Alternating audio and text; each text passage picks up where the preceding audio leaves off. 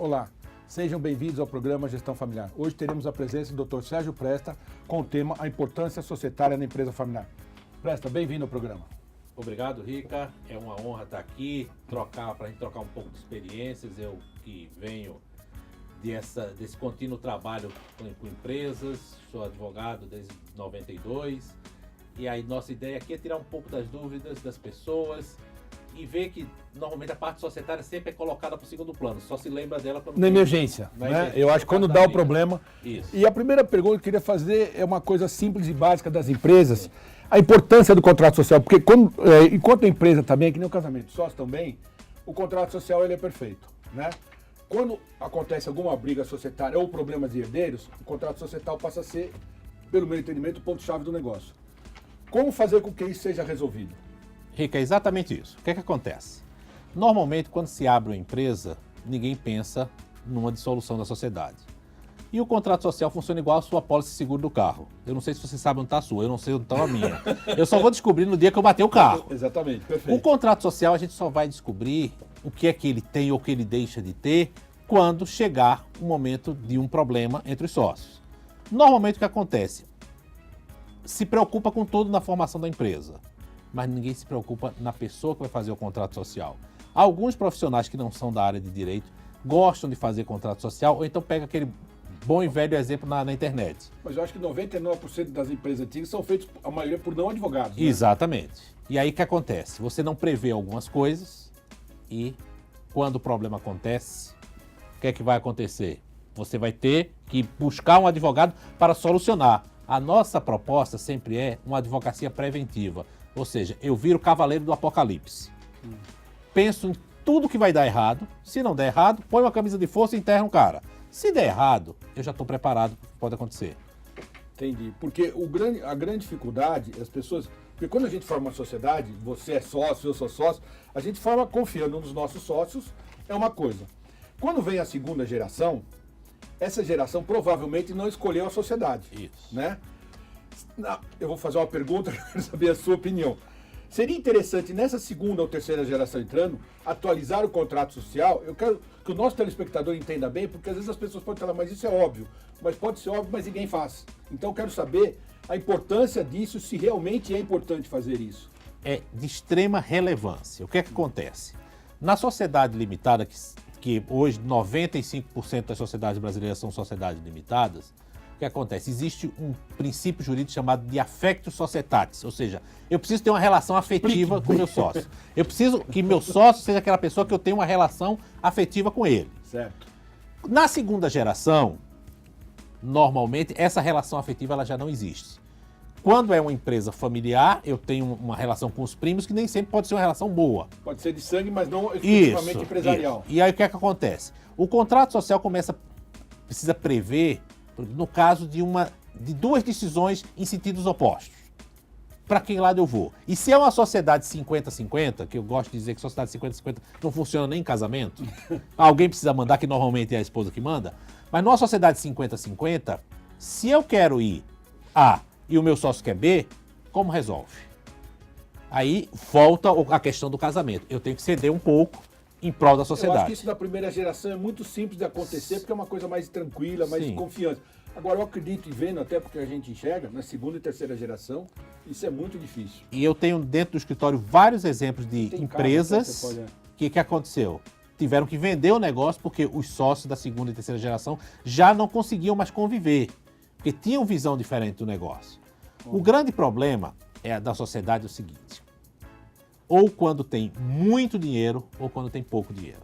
São os extremos. Quando você está no meio, está todo mundo remando para que a sociedade funcione bem. E eu gosto muito de um exemplo que eu vi num filme chamado Sociedade Secreta. Esse filme tem uma cena que é uma corrida de barco a remo no rio Cambridge, em Boston, e são 4 remadores. E está na disputa e o remo de um quebra. O que é que ele faz? Boa pergunta. Ele se joga na água para não ser peso morto. Às vezes é muito difícil eu ter esse altruísmo de me jogar na água, de entender que às vezes eu preciso sair da minha zona de conforto, me molhar, para que a sociedade possa caminhar. E isso o contrato social tem que prever. Qual é a hora de eu me jogar na água? Qual é o sócio que vai sair da sua zona de conforto? Vai dar um passo atrás, vai dizer, olha, eu vou voltar para que a sociedade vá para frente. Isso, né, a gente vê bastante, na primeira geração isso é muito comum, né? Porque é paixão, é emoção, quem criou tem amor pelo negócio. A segunda geração, ela não tem, ela gosta do negócio, mas ela não tem aquele amor, aquela paixão, aquele envolvimento grande. Porque as pessoas perguntam, tem que proteger a empresa, né? Acho que o contrato social é um. Sim. Outra pergunta que me fizeram bastante aqui é o seguinte, a holding protege a empresa, ela é suficiente ou não para proteger a empresa no todo? Veja, a holding tem uma característica, ela protege a empresa da pessoa física e a pessoa física da empresa. São dois momentos. A empresa familiar no Brasil, ela tem uma característica que eu acho que só acontece no Brasil. Há uma confusão muito grande entre pessoa física e jurídica. Sim. Eu pago supermercado com cartão de crédito da jurídica, eu começo a colocar minhas despesas na jurídica, que são despesas seguro da física. Do carro que a gente falou, qualquer coisa. Vai, começa a colocar um monte de coisa na jurídica que não é da jurídica. Por quê?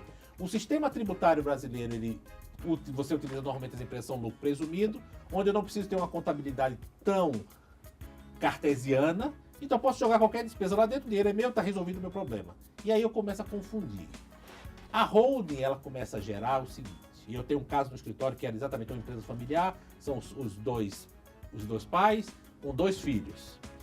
E a gente criou uma holding já há 4 anos, exatamente para deixar essas despesas, porque tem a despesa da casa de praia, sim, tem a despesa, aí vai, a despesa da babá, aí começa, você tem uma ideia, a empresa paga o conselho médico de uma das noras.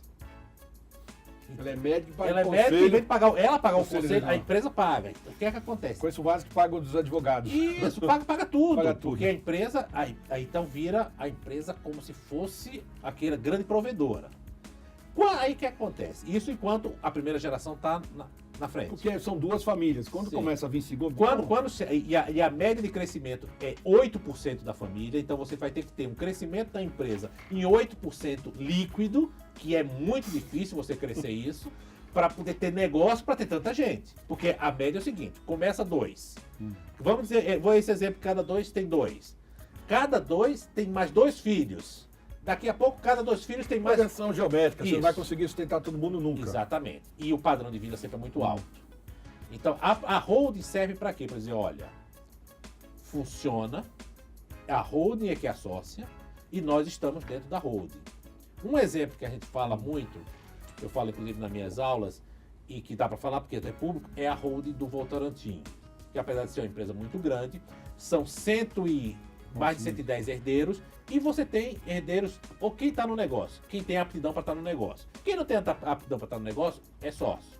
O grande problema disso é que quando a empresa só começa a remunerar quem está trabalhando no negócio. E os outros sócios não acontecem, não recebem. Mas na empresa familiar é a coisa mais normal do mundo, né? Porque os outros. Aí o que é que acontece? E essa é uma profissional grande. Você imagina as médias que existem, você conhece bem, essas médias que estão afora, que o filho trabalha, a irmã não trabalha, o genro fala, olha, seu irmão está ganhando dinheiro e você não. Não, eu teve uma vez um caso que uns filhos reclamando, aí uma filha disse pro pai, disse, a minha cunhada tem um padrão de vida melhor que eu. E pior que era verdade. Então, você começa a ter esses conflitos. Então, o contrato social, ele tem que estar amarrado, e a holding serve exatamente para isso. Para você colocar...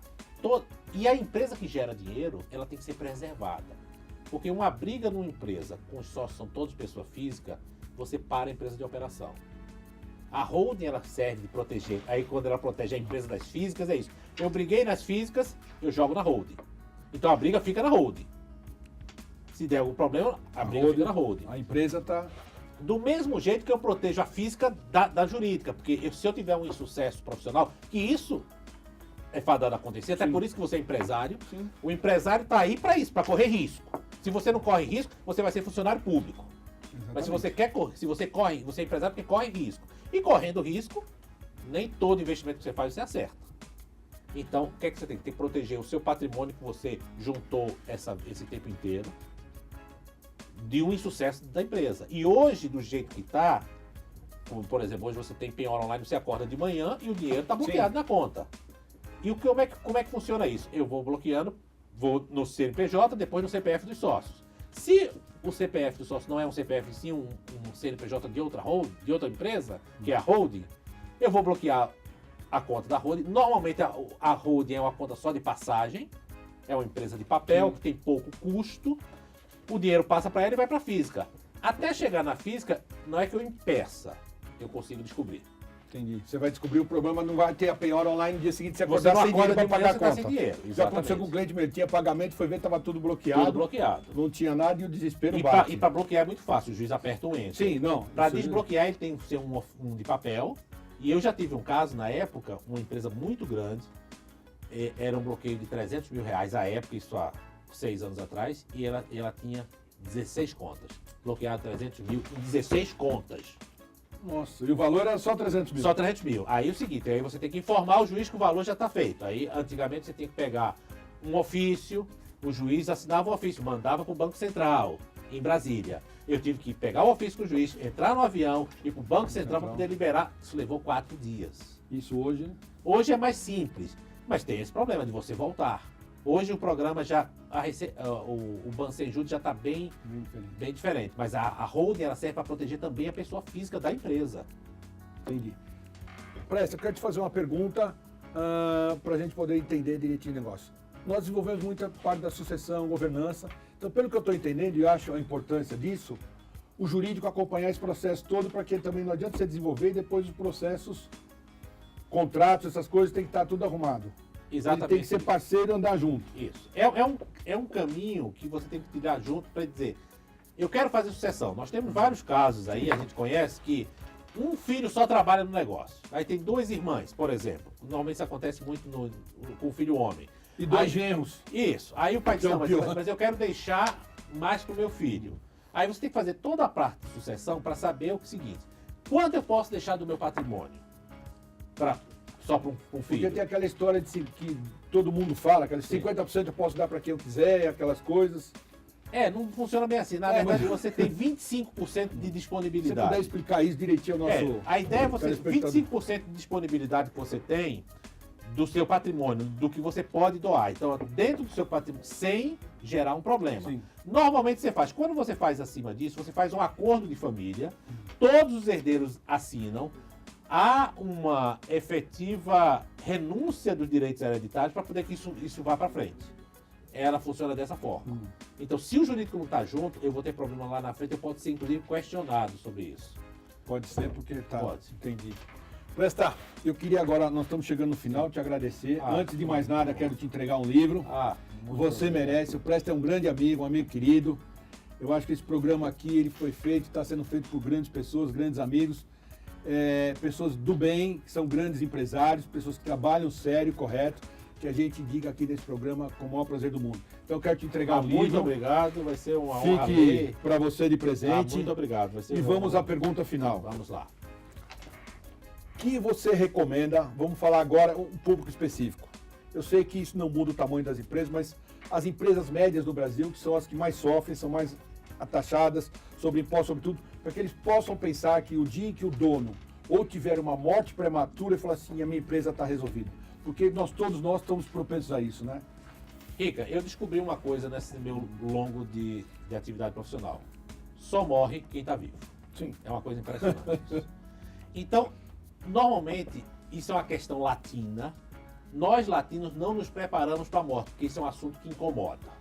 Para todos nós e muito, né? Incomoda. O anglo-saxão não, ele se prepara para isso. É uma questão cultural. A empresa, por isso que eu digo, a primeira coisa que você tem que fazer numa empresa familiar média, de pequena para média, é ter uma holding. Momento delta zero. Você está atrasado 24 horas. Porque se há um falecimento prematuro ou não, se há uma incapacidade, e isso acontece o tempo inteiro, você protege a geradora de caixa. De uma sucessão, de um processo de inventário que pode ou não ser rápido. Então, a ideia de você criar uma holding onde os sócios, pessoas físicas, estejam na holding e a holding seja sócia da jurídica, ela evita que a empresa geradora de caixa tenha problema. de geração de continuidade. Não tem como você parar a operação. Um dos caminhos, ou o principal, para a perpetuação do negócio é este. É, gerar hold. Beleza. Isso acontece muito. Então, tanto é que as grandes empresas todas são formadas dessa forma. Beleza, presta. Muito obrigado, meu amigo. Eu que agradeço. Pena que o tempo é curto. À disposição. Eu te agradeço caso o tiver carinho. qualquer problema, qualquer dúvida, entre em contato joia. que a gente está à disposição para esclarecer as dúvidas. Você, nosso telespectador, que tiver alguma dúvida, ou algum comentário, ou alguma crítica, acesse o nosso site para ver este e outros programas. Muito obrigado e até a próxima.